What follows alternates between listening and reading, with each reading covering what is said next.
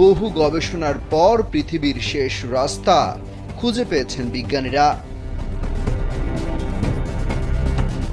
বলা হচ্ছে আলো অন্ধকারে মোড়ানো দীর্ঘ এই পথ বরফে ঢাকা থাকে। একা যাওয়ার অনুমতি দেওয়া হয় না এখানে। একটি দল তৈরি করার পরই সড়কটিতে যাওয়ার অনুমতি মেলে। এই সড়কটির নাম E69, যার অবস্থান নরওয়েতে। উত্তর মেরুর গা ঘেঁষে চলে যাওয়া পৃথিবীর শেষ রাস্তাটির দৈর্ঘ্য প্রায় 129 কিলোমিটার। এখানে একদিকে যেমন ভয়ানক গতিতে বাতাস বয়, তেমনি থাকে প্রচণ্ড ঠান্ডা। গ্রীষ্মকালেও এখানে বরফ পড়ে। আবার সমুদ্র উপকূলে হওয়ায় যে কোনো সময় ঝড় উঠতে পারে এখানে। তুষারপাত বা বৃষ্টি হলে আবার গাড়ি চালানো ভয়ানক বিপজ্জনক। এই রাস্তায় দিনরাতের হিসেবও সম্পূর্ণ আলাদা।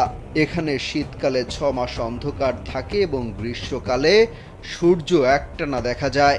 এখানে শীতে দিন নেই আর গ্রীষ্মে রাত নেই। এখানে বছরে 6 মাস দিন আর 6 মাস রাত থাকে। এই এলাকার তাপমাত্রা শীতকালে -43 ডিগ্রি এবং গ্রীষ্মে 0 ডিগ্রি সেলসিয়াসের কাছাকাছি থাকে।